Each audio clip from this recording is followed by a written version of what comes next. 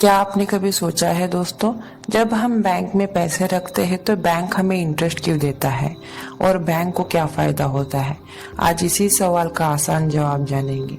जब आप अपने पैसे बैंक में जमा करते हैं तो वो पैसे वही बैंक में पड़े नहीं रहते, बल्कि उस पैसों को जरूरतमंद लोगों को लोन के रूप में दिए जाते हैं।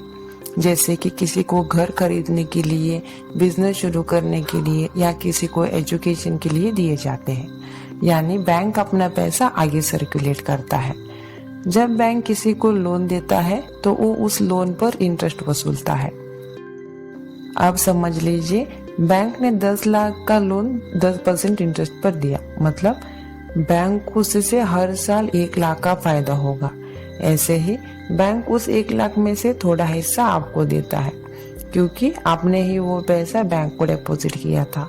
इसका मतलब बैंक आपके पैसे से कमाता है और उसी कमाई में से थोड़ा हिस्सा आपको रिवॉर्ड के रूप में देता है। जैसे कि अब मान लीजिए आपने 1 लाख रुपए अपने सेविंग अकाउंट में रखे हैं और बैंक आपको 3.5% इंटरेस्ट दे रहा है, तो एक साल में आपको लगभग 3,500 रुपए एक्स्ट्रा मिलेंगे, बिना कुछ किए, सिर्फ पैसे बैंक में रखकर। अगर आपने वही पैसा फिक्स डिपॉजिट में रखा होता तो इंटरेस्ट और ज्यादा मिलता, जैसे 6% या 7% के बीच। हर अकाउंट पर इंटरेस्ट रेट अलग होता है।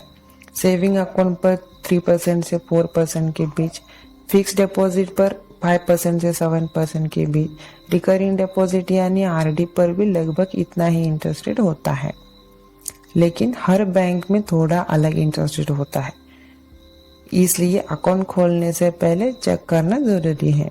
सेविंग अकाउंट पर इंटरेस्ट हर महीने या हर तीसरे महीने मिल सकता है, जबकि एफडी और आरडी पर मैच्योरिटी के समय पूरा इंटरेस्ट मिलता है।